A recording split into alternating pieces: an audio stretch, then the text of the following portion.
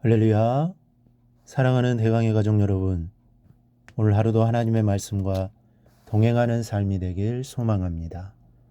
오늘 함께 나눌 하나님의 말씀은 요한복음 4장 13절에서 19절 말씀입니다. 예수께서 대답하여 이르시되 이 물을 마시는 자마다 다시 목마르려니와 내가 주는 물을 마시는 자는 영원히 목마르지 아니하리니 내가 주는 물은 그 속에서 영생하도록 솟아나는 샘물이 되리라.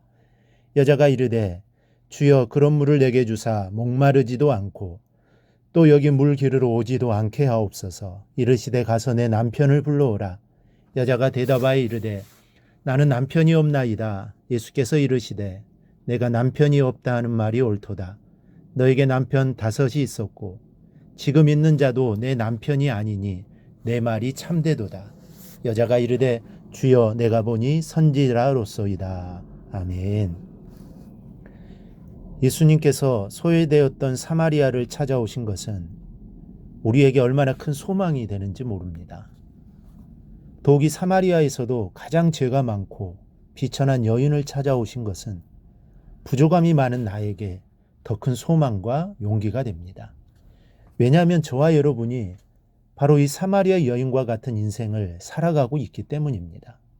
그런데 주님은 그런 우리를 찾아오신 것입니다. 그리고 우리를 찾아오신 목적이 있으십니다. 본문에는 주님이 그녀를 찾아오신 목적이 기록되어 있습니다. 13, 14절을 보면 예수께서 대답하여 이르시되 이 물을 마시는 자마다 다시 목마르려니와 내가 주는 물을 마시는 자는 영원히 목마르지 아니하리니 내가 주는 물은 그 속에서 영생하도록 솟아나는 샘물이 되리라. 한마디로 그녀를 구원하시기 위해 오셨던 것입니다. 그러나 그녀는 예수님의 말씀의 뜻을 알지 못한 채 목마르지 않는 물이 있다고 하니 그것을 얻으려고 했습니다.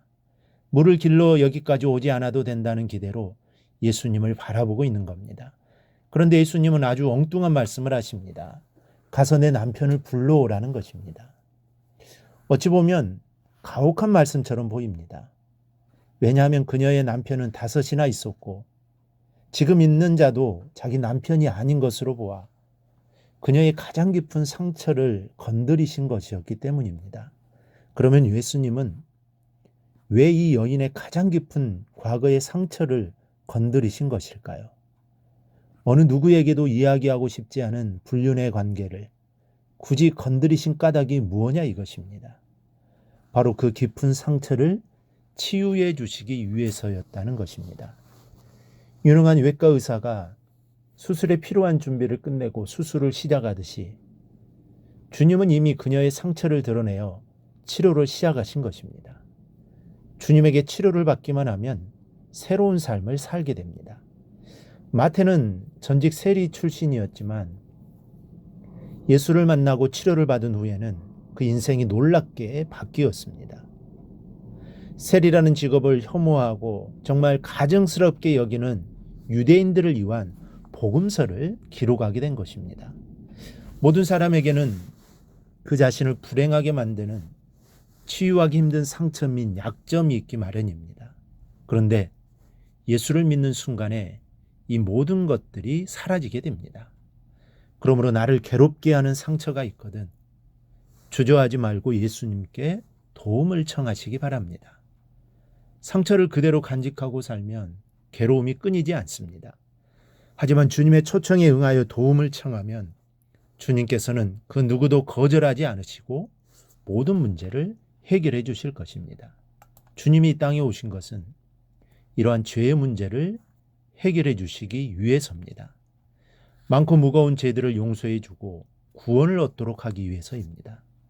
그리고 그녀에게 영원히 목마르지 않는 생수가 있다고 말씀하셨고 그것을 주겠다고 하셨는데 그녀가 이 영광을 누리기 위해서는 반드시 죄의 문제가 해결되지 않으면 안 되었던 것입니다.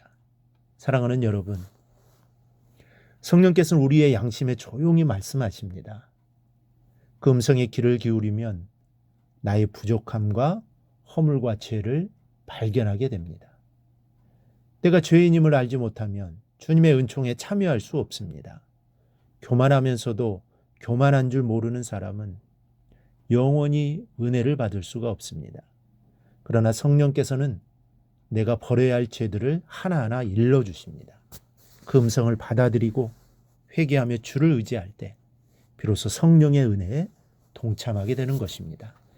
예수님이 내 남편을 데려오라 하셨을 때 여인이 대답합니다. 나는 남편이 없나이다. 그녀에게는 남편이 있었습니다. 그것도 5이나 되었는데 지금의 남편은 법적으로 인정받지 못하는 남편으로서 다른 여인의 남편과 살고 있을 가능성이 아주 높습니다. 그런데 나는 남편이 없습니다 하면 상대방에게 어떻게 들리겠습니까? 저 여자는 처녀이거나 과부인가 보다 할 것이 아닙니까? 이 말은 지금 자기의 부끄러움을 감추려는 의도를 지닌 말입니다. 아직 그녀는 예수님 앞에서 완전히 자기의 마음을 오픈하지 않았다는 것을 알 수 있습니다. 하나님께로 나아가기 위해서는 마음을 열지 않으면 안 됩니다. 예수님도 내가 문 밖에 서서 두드린다고 말씀하고 있습니다. 마음을 열지 않으면 들어가실 수가 없기 때문입니다. 지금 우리의 마음은 어떻습니까? 아직도 이 여인처럼 무언가 감추고 있는 것은 없습니까? 아무리 부끄러운 것일지라도 주님께만은 솔직해야 합니다. 여인이 아직도 마음을 열지 않자 그녀의 수치를 구체적으로 지적하고 계십니다. 너에게 남편 5이 있었고 지금 있는 자도 내 남편이 아니니 내 말이 참되도다. 이 말씀이 끝나기가 무섭게 이 여인은 주님을 선지자로 고백하게 됩니다. 여러분, 주님 앞에 더욱 가까이 나아가기를 원하십니까? 마음으로 활짝 여시기 바랍니다. 주님 앞에 숨김없이 나를 고백하는 사람이 참 은혜를 누릴 수 있습니다. 우리가 그 무엇을 주님 앞에 숨길 수 있겠습니까? 주님 우리의 모든 것을 다 알고 계십니다. 그리고 그것을 우리가 주님 앞에 다 고백하기를 원하고 바라보고 계십니다. 우리의 모든 제약된 일들, 모든 문제를 앓을 때 해결되면서 구원이 이루어지며 생수의 강이 흘러날 것입니다. 우리가 이 사실을 기억하고 하루하루의 삶 속에서 내 모든 것들을 주님 앞에 다 내려놓고 주님만을 바라보며 살아가기를 주님의 이름으로 축원합니다.